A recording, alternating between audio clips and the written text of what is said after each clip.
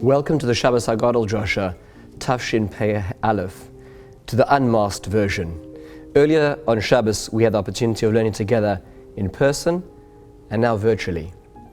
This Shabbos Hagadol Drasha is entitled, To Thine Own Self Be True, leaving the Mitzrayim in our own lives. Before we start, I'd like to thank Beth and Nathan Fruchter, who are sponsoring this Shabbos Hagadol Drasha upon the yahrzeit of Nathan's father. Ansher Anshel ben Menachem Mendel Alav Shalom, who Baruch Hashem this year has a new namesake.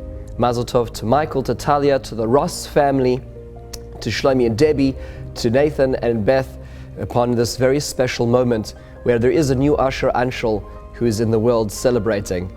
Usually Nathan sponsors the last Achron Shal Pesach. We have an Ilas Achag where we have Divrei Torah and food, and we're still going to have Divrei Torah, but we're not going to have the food in the same gathering, the same way quite yet this year. But instead we're moving forward that idea and that remembering to a little bit before the Yom Tov in the Shabbos Hagadol Drasha. A person, Nathan, as you talked about how your father would always commemorate the yahrzeit of his parents on the Achron Shal Chag, when ultimately the true Kibbur Av continues, where his yahrzeit is also in Chav Gimel Nisan, Nishmosai Eden. I'd like to pose a question which I read every year, and I really still don't understand it. It's a line which doesn't make sense. It's based on a Mishnah in Psachim, and it's reiterated in various different permutations in the Haggadah. And here's how it goes. The Mishnah on Psachim Kuf Tezayin Beis tells us a fascinating observation, something which doesn't seem to make sense. The Mishnah tells us, B'chol dar v'dar, every generation, chayav adam lirois es atzmai ki'ilu hu yatsa mitzrayim. A person, he or she, has to view themselves as if they left Mitzrayim.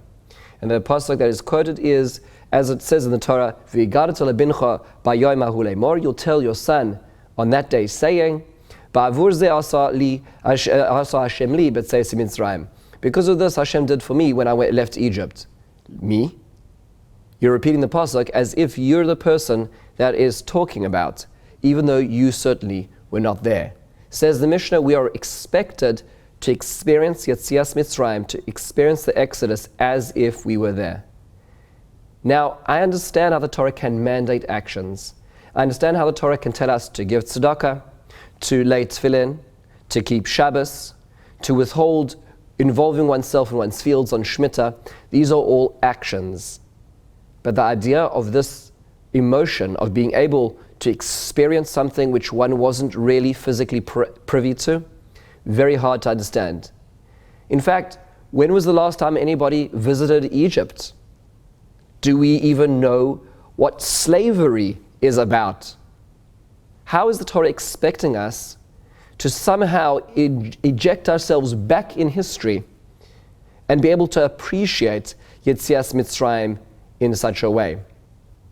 In fact, Rav Moshe Sternbach in his Haggadah, Moadim Uzmanim, says a very powerful thing, and he says, I wonder if most people even fulfill this mitzvah on an annual basis. That's how hard it is. Now, truth be told, we do deserve a little bit of credit, because in the amount of knowledge about ancient Egypt, there are, if you're to graph it among all of the world population, there are the ancient Egypt archaeologists, that's one spike on the graph, and then there are the children of Jews from the age of 4 upwards and their knowledge of ancient Egypt, which is remarkable because there's probably very few other civilizations of the past that any children know about or any adults know about or care about so much as we care about Egypt. So we certainly deserve the credit for knowing about it. But to view ourselves as if we left Egypt, that's a very tall order. And this expresses itself in the Haggadah in numerous different iterations. So as we say the paragraph of Avadim Yinun, we're singing and we just finished the Manishtan and everything is wonderful. We say, if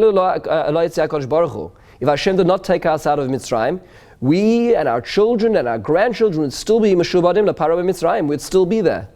Meaning to say, yes, it is taken literally. Somehow we would still be there. How so? How do we fully understand this? As an interesting aside, there is a recording in the Machzor on the Haggadah called Od Yosef Chai, who records a minhag of the Jews of Kurdistan. And the minhag was that on the night of the Seder, they would go and they would look at themselves in the mirror. Why? Because of that very line we just learned in the Mishnah. Chayav adam lirois es atzmoi. A person needs to see themselves.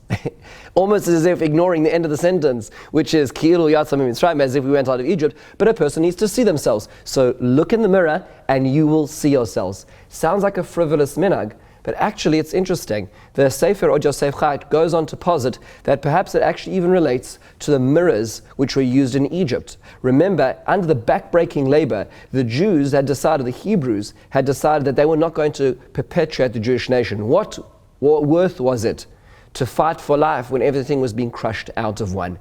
And it was at that point in time that the woman, the Nashim Tzadkot Tzidkoniot, saw hope in a very dark situation. And they would entice their husbands using the mirrors that they would still be able to have children despite the crushing workload. And so perhaps that's the mirror connection, suggests the Sefer Od Yosef Chai. But I would wonder, is there something deeper than that? Is there something deeper about looking in the mirror on the night of Pesach? Not just for the Jews in Kurdistan, but for the Jews around the world. Why is looking in the mirror part of Leil Yetzias Mitzrayim? Let's try to explore 3 different avenues in trying to understand this concept of living Yetzias Mitzrayim, of living the Exodus in real time. The first avenue of thought is that of the Rambam. Maimonides, when quoting this Mishnah and when formulating the Haggadah, actually points out in Hilchos Chametz Matzah Perek Vov Halacha Zayin the following formulation. He says, B'chol davadar, all sounds similar, in every generation, chayav adam laharois es atzmoi, ki ba'atzmoi sheyatza ata mishibud Mitzrayim. A person needs to laharos. Notice that that's slightly different than the Mishnah's description. The Mishnah was lirois, to see oneself as if one left, whereas what's described in the Rambam is laharois, to show. That's fascinating. What is the Rambam saying? Perhaps what seems to be going on over here is the Rambam is explaining how to get to liros. How do we get to a perspective where we see ourselves as having left Egypt? Well, the answer is by showing, laharos.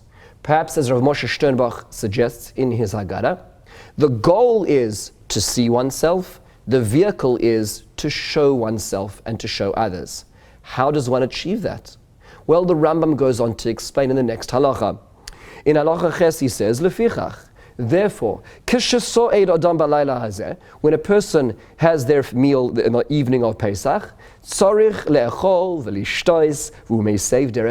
a person needs to lean in a way of expressing freedom.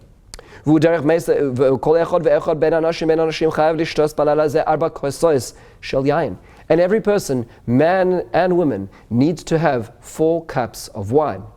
Says the Rambam, these are all extrapolations of the concept of leharos, to show. We're going to show ourselves that we are free. We're going to demonstrate the impact of freedom on our very lives. Yes, it's very hard to see oneself as leaving Mitzrayim, but it's a lot easier to demonstrate that. In fact, if you think about it, as opposed to addressing the cognitive mitzvah, we're addressing the behavioral mitzvah. If we act like free people, we will understand the concept of having gained freedom, the cognitive, emotional experience that allows us into the Leil HaSeder. That's what the Rambam is suggesting.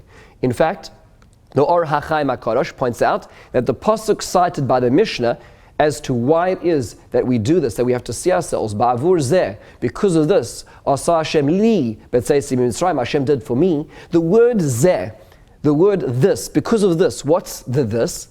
Says the Or HaChaim HaKadosh, if you take the word zeh, it is actually a zayin, hey, which is 7 and 5 numerically, added up to 12, and that relates to the 12 mitzvahs of the night, where we have Pesach, Matzah, and Maror. We have the mitzvah of Sipur, which is the Haggadah. We have the Kiddush of the different nights, and the 7 days of Pesach. Added up together, 12. In other words, how is it that we're supposed to demonstrate that Hashem took me out of Egypt? Well, we act in such a way. We frame it with ritual, and that allows us into the perspective of being able to do it. And this is a very beautiful concept.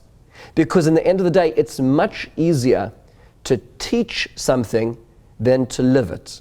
And sometimes if we teach it, we do live it. That's why the Chidah suggests that it says, V'garta lebincha bayamahu lemor. You should tell your son on that day, saying. Saying means to say, as we demonstrate it to others, we imbibe it ourselves. If we walk the walk, then maybe somehow we might talk the talk and even think the think. That is laharos. In fact, it is fascinating to notice that in many traditions, specifically in the Sephardi traditions, in the Syrian community, there are many beautiful minhagim associated with the night of the Seder.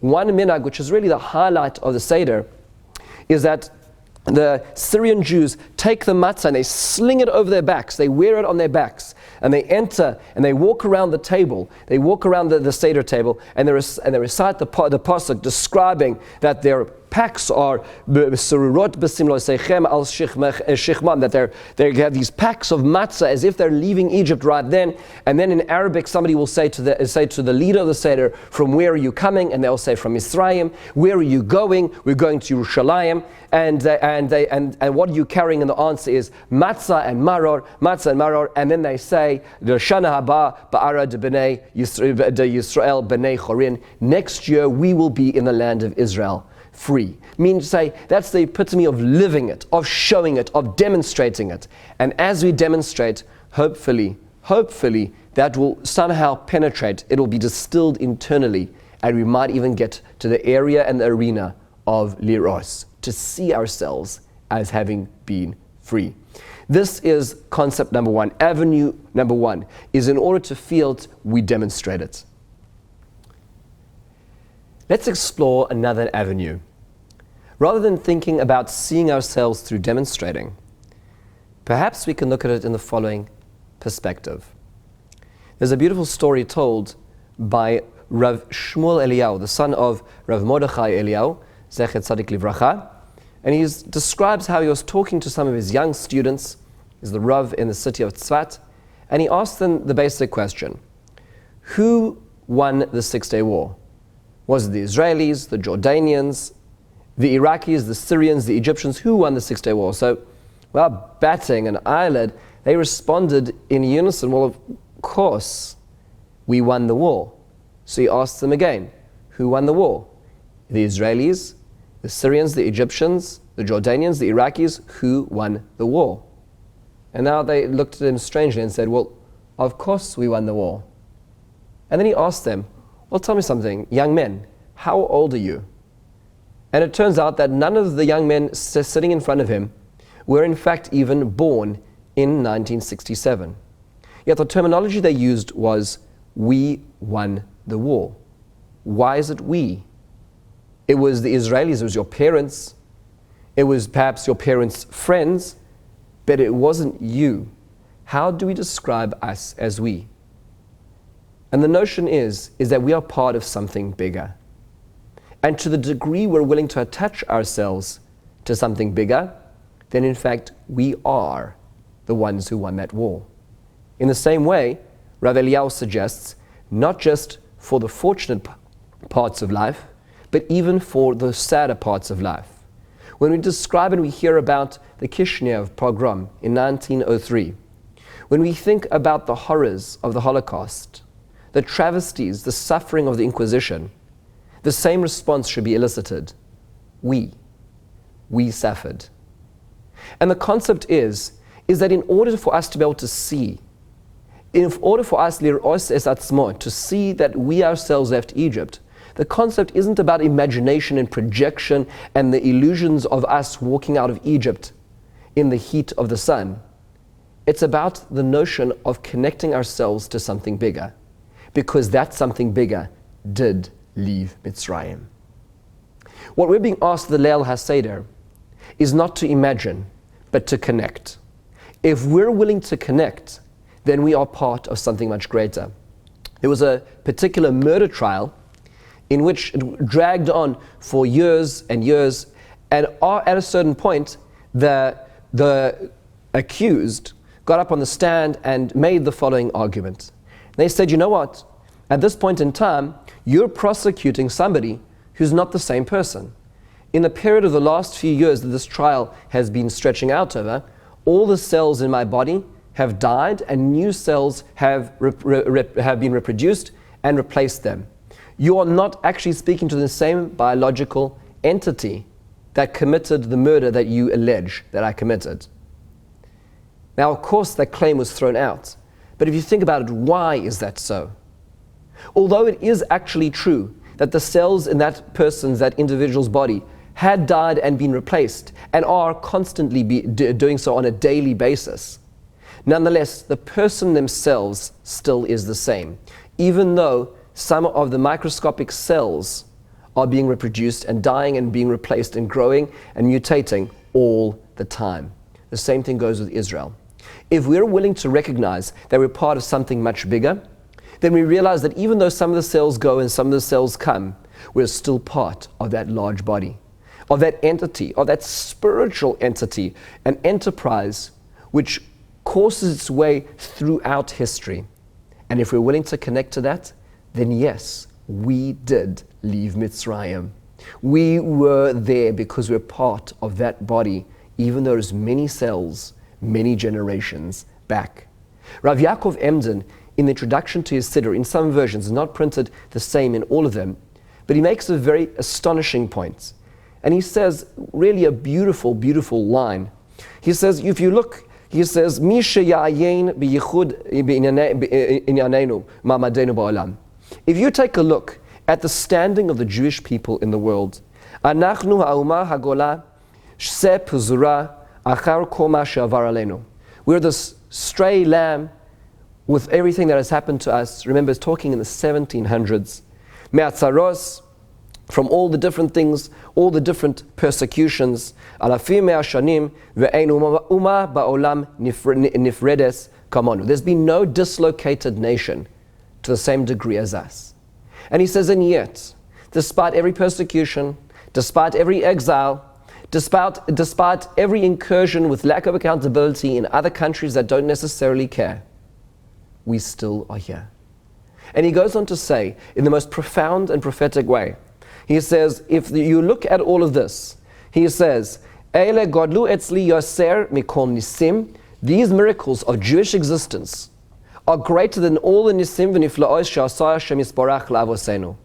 Then all the miracles, the splitting of the sea, the 10 plagues, all the details that we talk about in the Leil HaSeder, Mitzrayim v'midbar v'eretz Yisrael. You look at and you want to look for supernatural victory, you want to look at supernatural miracles of Hashem, look at the Jewish existence in history. And he wasn't even speaking about Eastern Europe and the Holocaust, which he had not yet seen the full wrath of anti-Semitism yet. And if you think about it, the point that he made is ever so much more present today. And you see the persecution, and after that Holocaust, when all of Torah Jewry in Eastern Europe had been almost totally obliterated, when the Jewish people had lost a third of just the sheer manpower, a third of the people, 1.5 million children, at that point in time, one would easily have been correct in suggesting that would be it. That would be the end. And yet, it was just the beginning. The rebuilding of Torah, the rebuilding of the land of Israel to a country which is unparalleled. Unparalleled, if you think about it right now, what's going on. The inoculations, the vaccinations at the rate that are happening. The inventions, the high tech, the agriculture, the Torah. The Hasidic dynasties of the past. We are witnessing miracles in front of our own eyes. If we're just willing to realize that we're broader than ourselves, we're not just individuals, we're part of a nation, then yes, we will see. We certainly do leave Egypt. We were part of that, and we're part of the continued miracles which make us who we are today. This is the end of the second avenue, the second approach. The notion that it's not about demonstration, but it's about association and connection. If we're part of Israel, then we certainly did leave the land of Egypt. And now I'd like to explore with you, in the next few minutes, a different idea, a third avenue into trying to understand how it is that how we, on an annual basis, can view ourselves as having left Egypt, not by demonstration in Avenue 1, not by association in Avenue 2, but by a very different paradigm. And this is the main focus of the Shabbos Hagadol Drasha. And that is the following question. What if Mitzrayim was not just a place? What if Pharaoh was not just a person? Yes, it's wonderful to draw pyramids and to talk about this evil monarch, this autocrat. But in the end of the day, what happens if they were also, yes, it's true that it did occur, but what happens if they were also metaphors for a continued battle? What happens if they were in fact building blocks in the stories of our own lives? If there are in fact Mitzrayims in our own lives? If there are pharaohs in our own lives?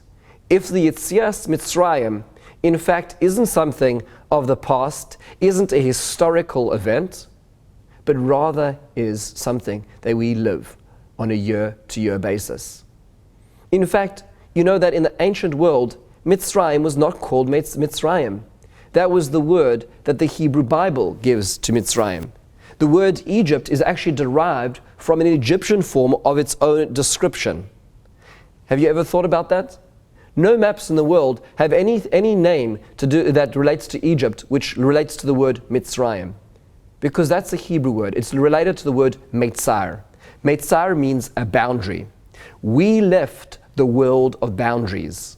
We left the world that constricted us, which makes a lot of sense. That was the slavery we left.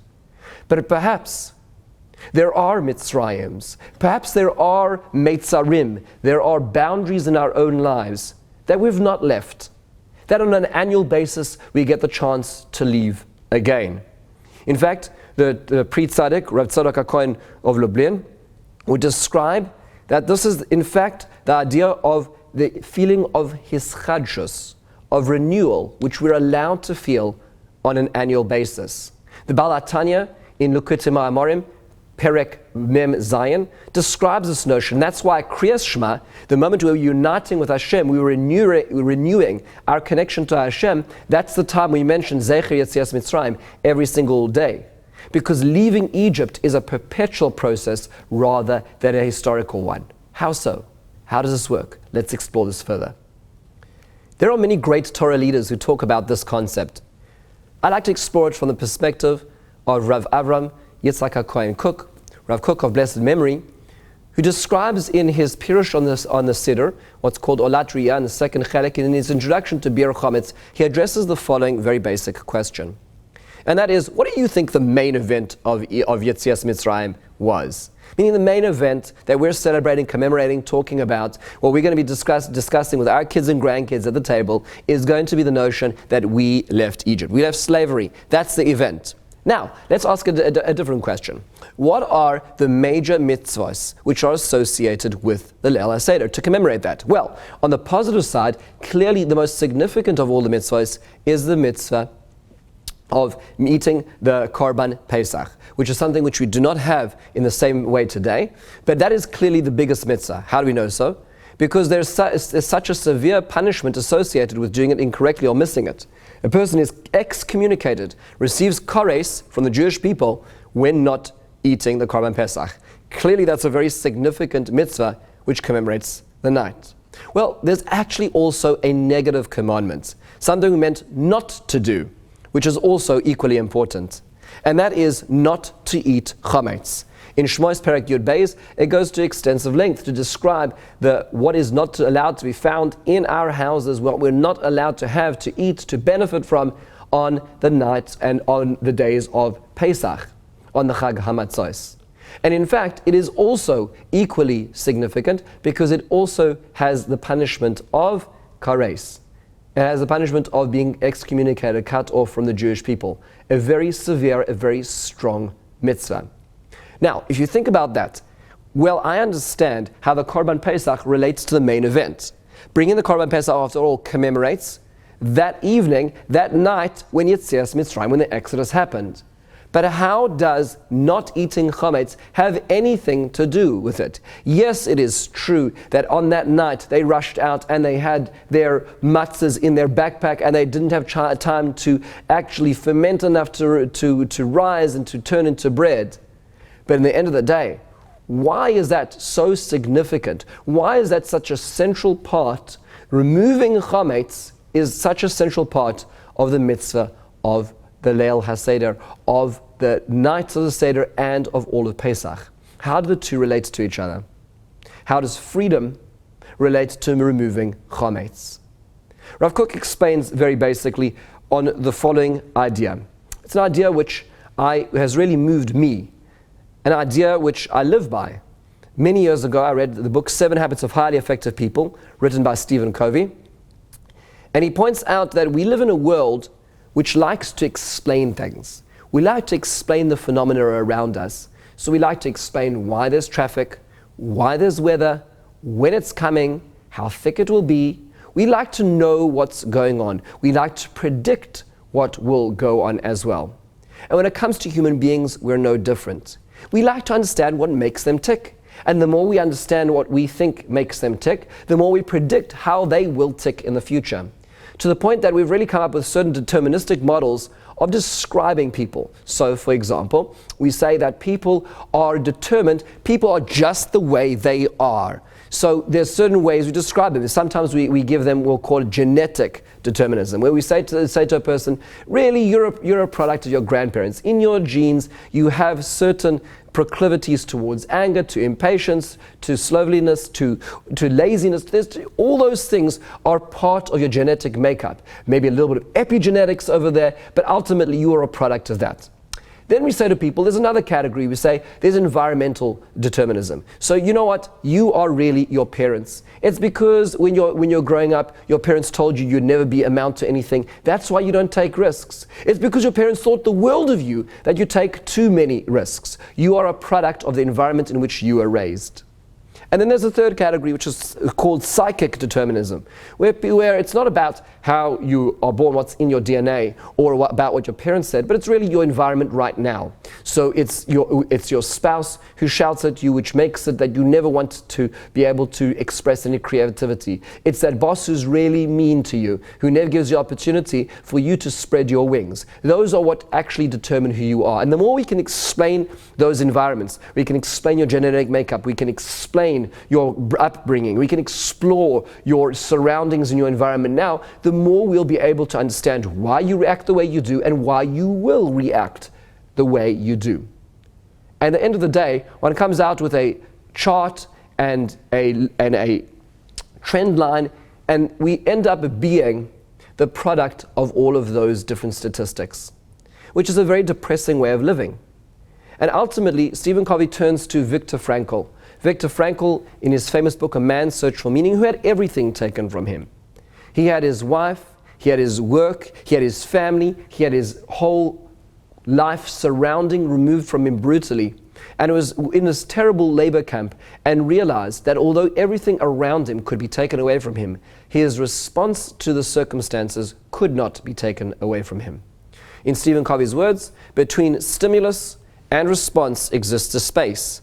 In that space exists the space for myself. That's where I can make the choice. We don't choose the cards that are dealt to us, but we choose the way we deal with them. Says Rav Kook, in order for a person to really be free, it is not circumstantial. There are many people who are free, who are slaves. And there are many people who are slaves, unfortunately, but have chosen to be free, like Viktor Frankl. In order to be able to really truly get there, we need to be the one making decisions. Not our DNA, not our upbringings, and not our environment. If every time we are stimulated by something, whether it be a sunny day, cold weather, somebody shouting at me, the coffee spilling on my shoes, if I'm going to be a reactor to that, then those factors, those stimuli, actually control who I am. But if I'm willing to put a wedge between the two, between that stimulus and the response, then ultimately I am free, because I chose to act. Says Rav Kook, Biur chametz burning chametz. Chametz is that agent in the dough which ferments and starts growing the dough and allowing air in as the reaction occurs to make it bigger than it really is.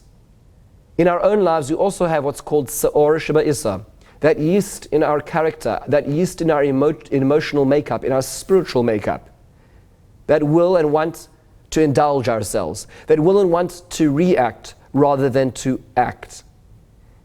It is being able to burn that chametz, remove that chametz in our characters, which allows us the freedom of deciding whether to or whether not to respond. One of my favorite stories is about the tzaddik Rav Moshe Feinstein, who was once being escorted by a student to the car, and the student closed the door, the car drives off, and around the corner, he turns to the driver and says, "Please just wait a moment," and he opens up the door to remove his thumb, which had been crushed in the door as it was closed. And the driver was flabbergasted. "Rav Moshe, how could you not have told me? I would have stopped immediately. How did you not shout out?" And Rav Moshe explained that in fact, if he had shouted out, then the student who had closed the door would have been mortified, would have been hurt that he had done such a thing to Rav Moshe Feinstein.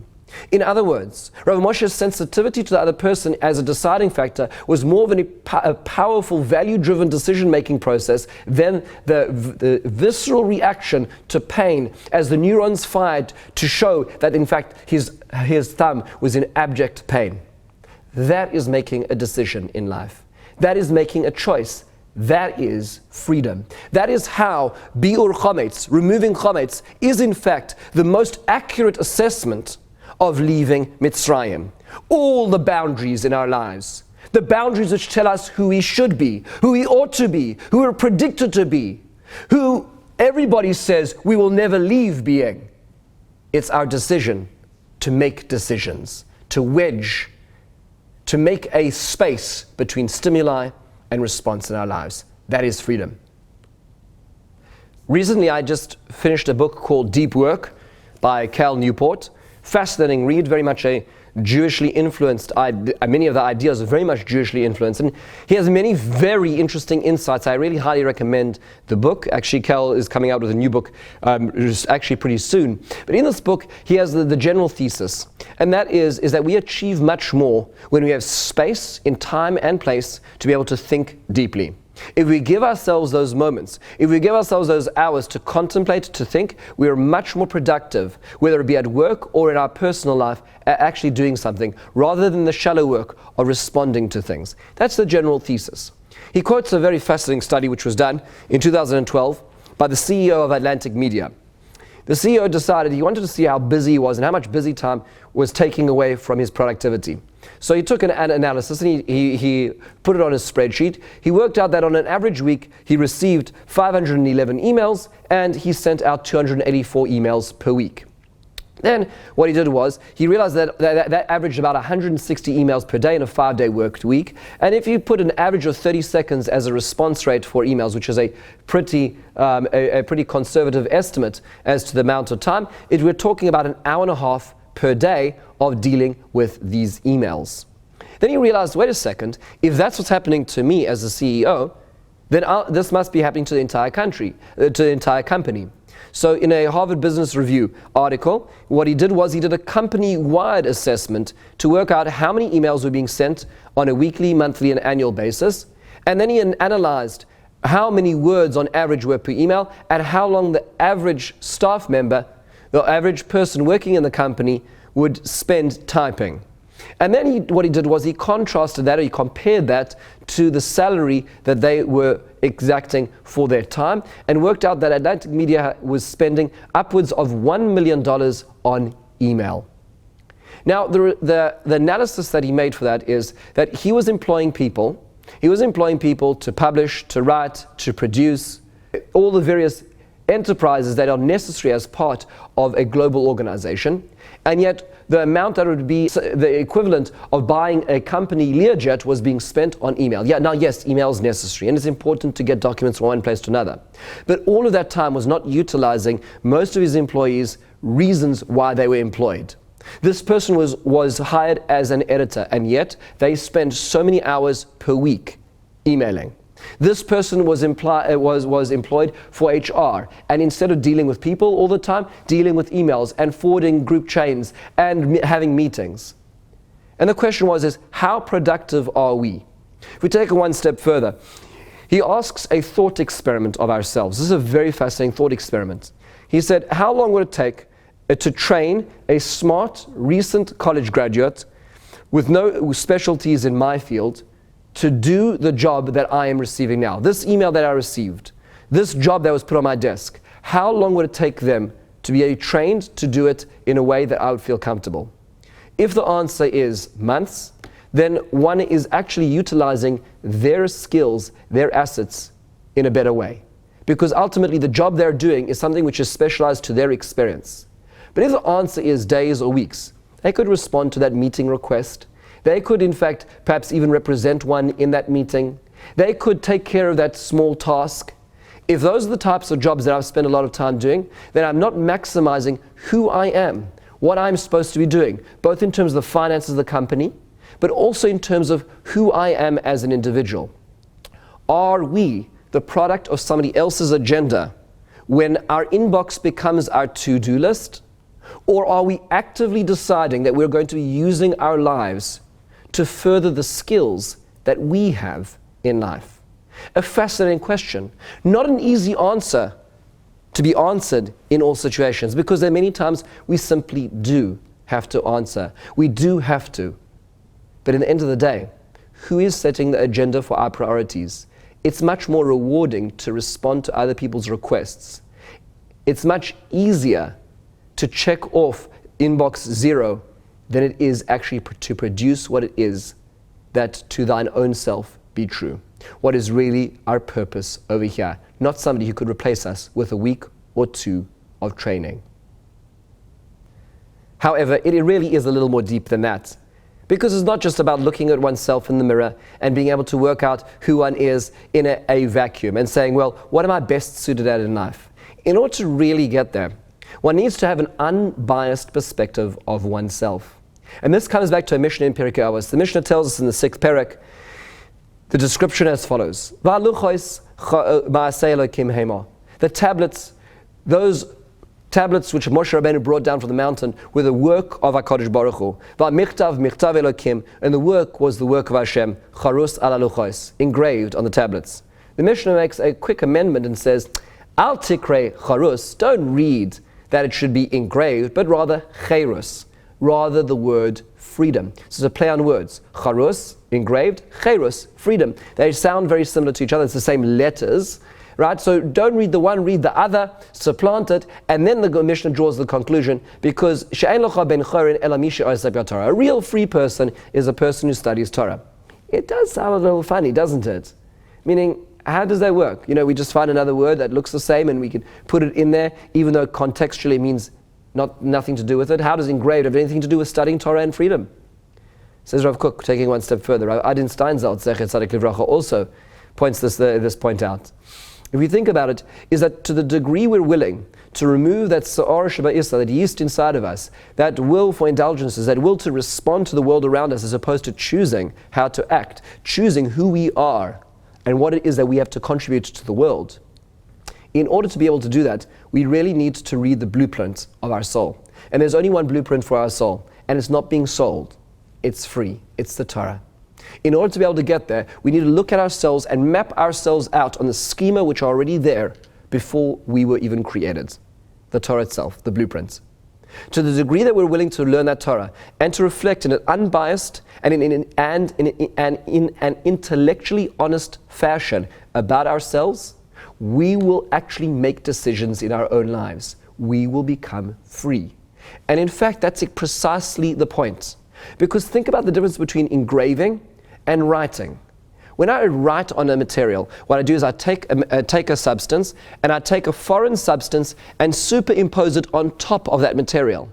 Now contrast that to engraving. Engraving, there is no foreign material.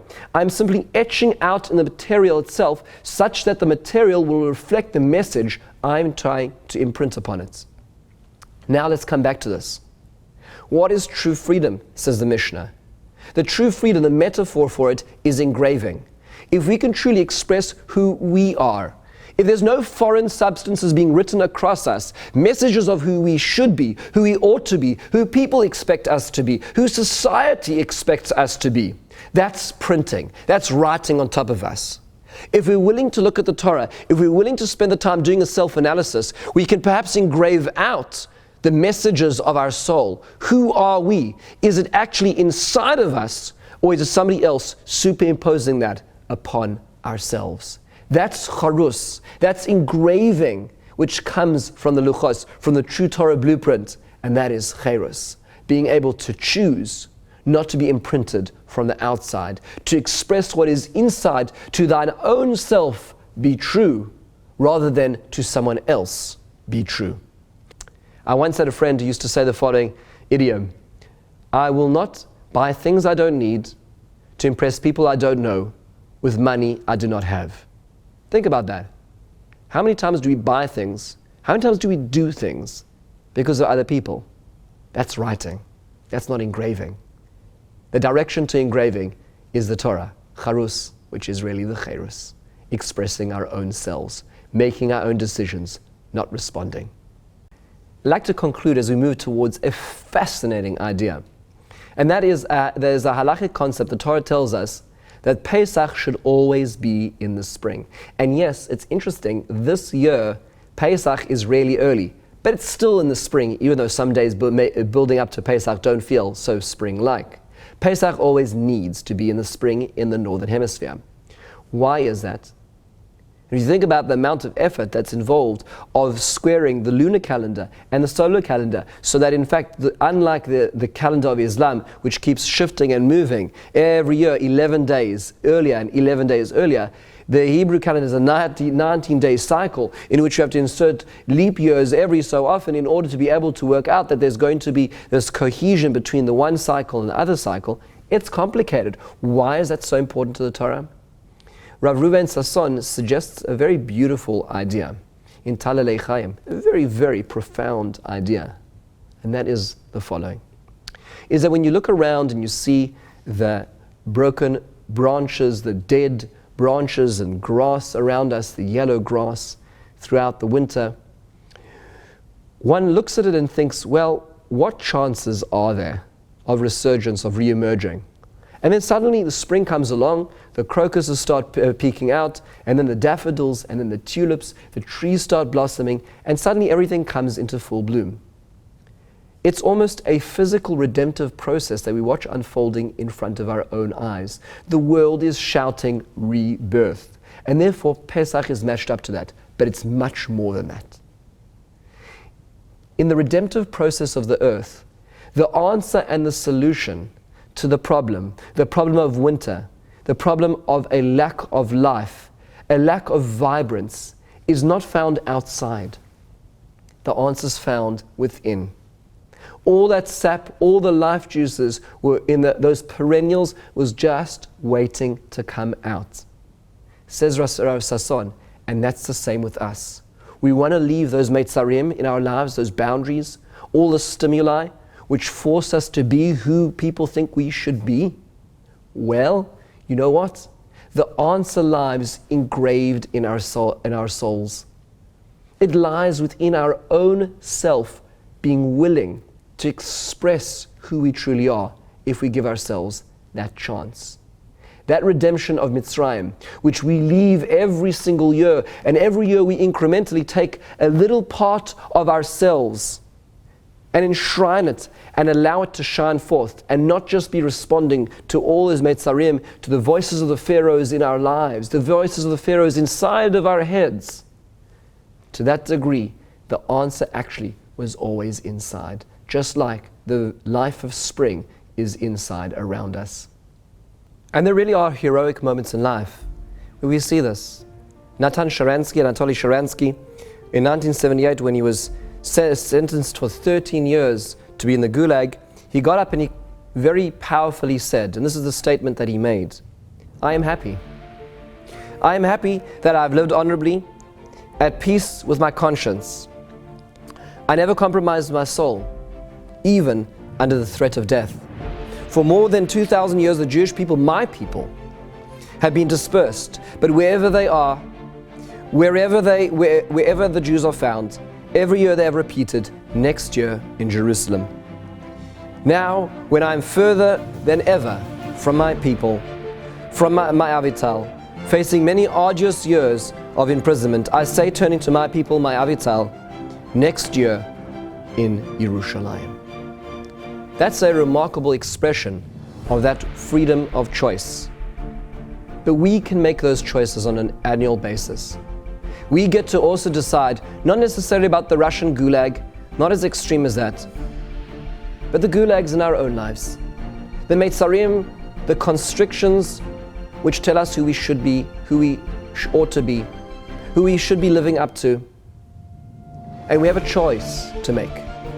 Can we express ourselves? Can we be true to our own selves this Pesach, as we truly do leave Mitzrayim? As we take one boundary in our lives and we break through it, breaking through to be truer to ourselves, truer to our community, truer to our Kodesh Baruch Hu. Be'ezrat Hashem, Kain Yehi Ratzon. Chag Kasher V'Sameach.